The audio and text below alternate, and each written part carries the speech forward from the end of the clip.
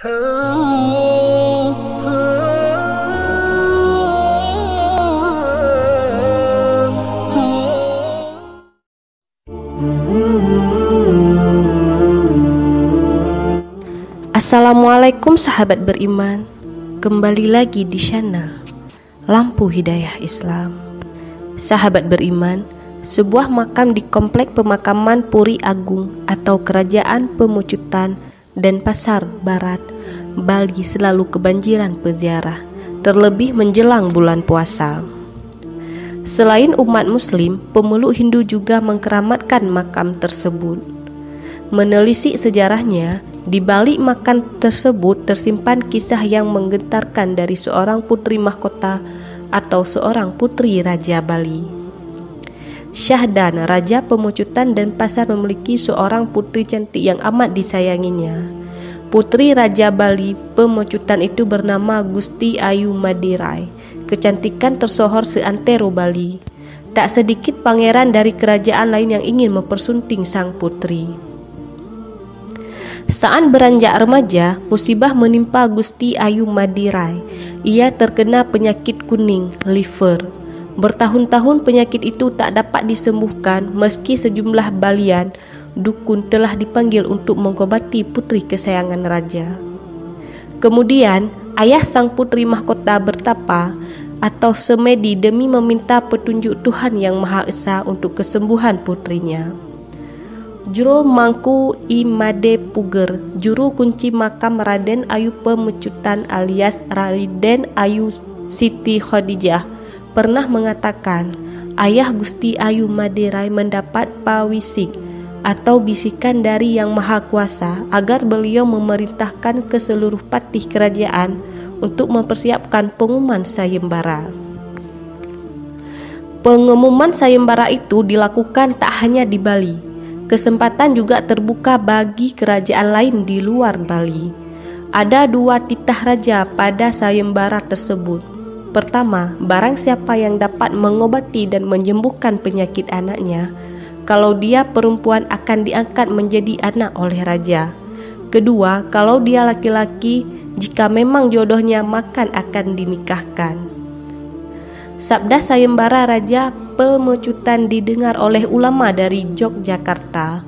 Ulama ini memiliki ilmu kebatinan tinggi dan memiliki anak didik kesayangan dari Bangkalan, Madura, bernama Pangeran Cakraningrat IV, tutur Jero Mangku. Ulama dari Yogyakarta itu memanggil Pangeran Cakraningrat IV untuk datang ke Yogyakarta. Setelah menghadap, sang ulama memerintahkan agar Pangeran Cakraningrat IV pergi ke tanah Bali untuk menemui Raja Pemucutan Badung. Singkat cerita, Pangeran Cakraningrat IV berangkat ke Bali ditemani 40 orang prajurit.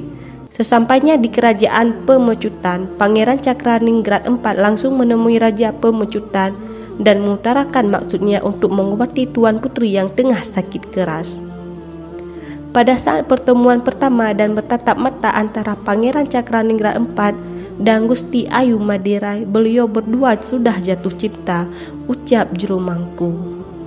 Selanjutnya, Pangeran Cakra IV membacakan mantra untuk menyembuhkan penyakit tuan putri. Pangeran Cakra IV berhasil menyembuhkan putri kesayangan raja.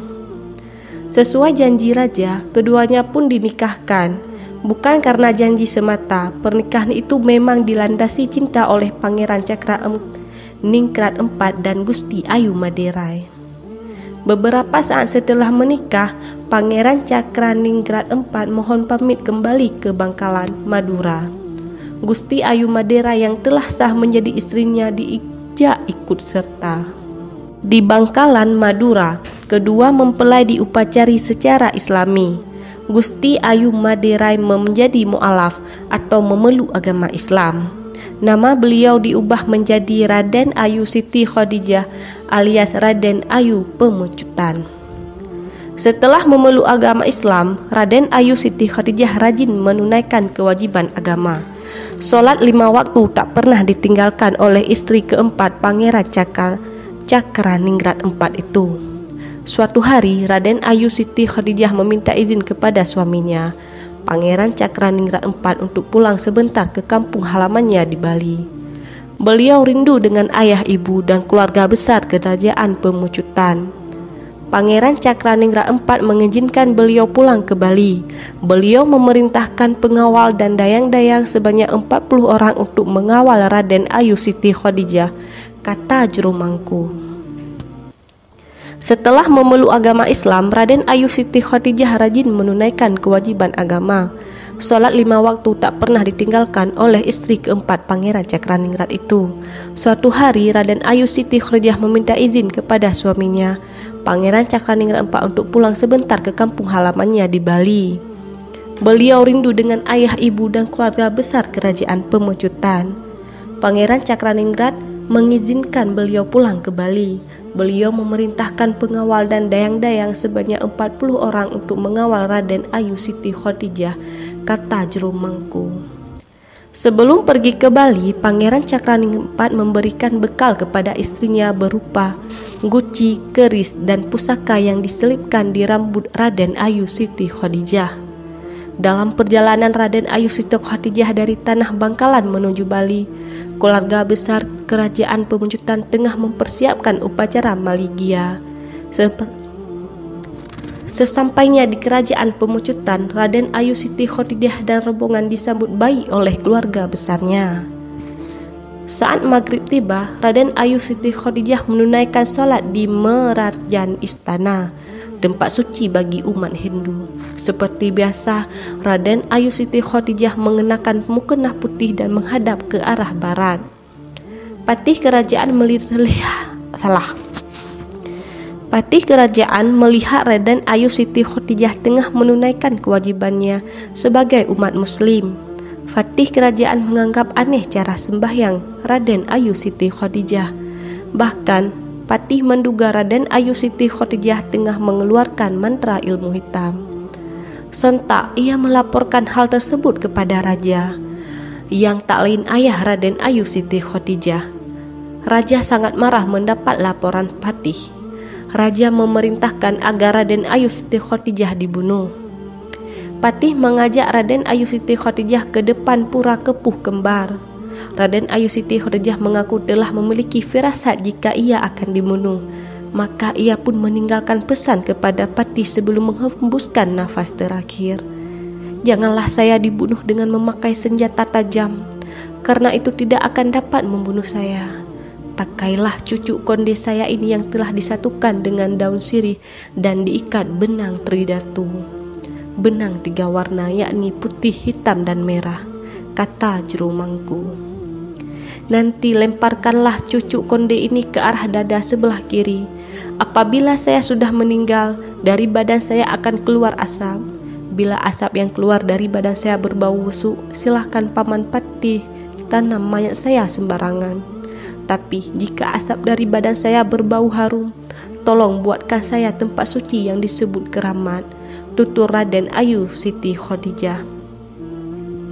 Benar saja, begitu cucu konde ditancapkan, dari tubuh Raden Ayu Siti Khadijah mengeluarkan asap dan aroma harum. Kejadian ini dilaporkan kepada raja. Raja sangat menyesal atas keputusannya, tutur Jero. Saat itu, begitu jasad Raden Ayu Siti Khadijah dikebumikan, tumbuhlah sebatang pohon setinggi 50 meter di tengah makam beliau. Dicabuti sampai 3 kali, pohon itu tumbuh kembali. Kakek dan nenek saya yang saat itu ditugaskan menjadi juru kunci akhirnya bersemedi. Raden Ayu Siti Khadijah berpesan agar pohon yang tumbuh di tengah makam dipelihara dengan baik, karena pohon ini tumbuh dari rambut beliau. Melalui pohon ini Allah Subhanahu wa Ta'ala memberi mujizat dan rezeki kepada umat yang berziarah, kata Jero. Hingga kini pohon tersebut terus menjulang tinggi. Orang-orang menyebutnya pohon rambut atau taru rambut. Wallahu a'lam bishawab.